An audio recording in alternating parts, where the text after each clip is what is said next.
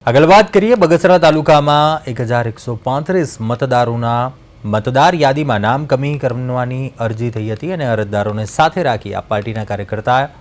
મામલતદારને રજૂઆત કરી હતી ત્યારે મતદારોમાં રોષ ફેલાયો હતો। આજે અમે મામલતદાર સાહેબને મળ્યા અને એને રજૂઆત કરી કે ભાઈ જે 1135 નામ રદ કરવાની અરજીઓ થઈ છે એમાં મોટાભાગની અરજીઓ મોટા મુંજિયાસરના ગામજનોની થઈ છે અરજદારમાં।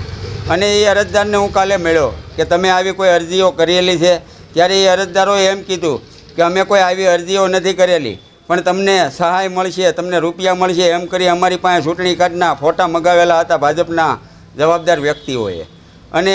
અમારી વિરુદ્ધ ખોટી અરજીઓ કરી અને અમારી સાઈનો કરી નાખેલી છે। અમને આવે કોઈ ખબર નથી અને અમે આવી કોઈ અરજીઓ કરેલ નથી। એમાં મોટાભાગના દેવી પૂજકો છે અને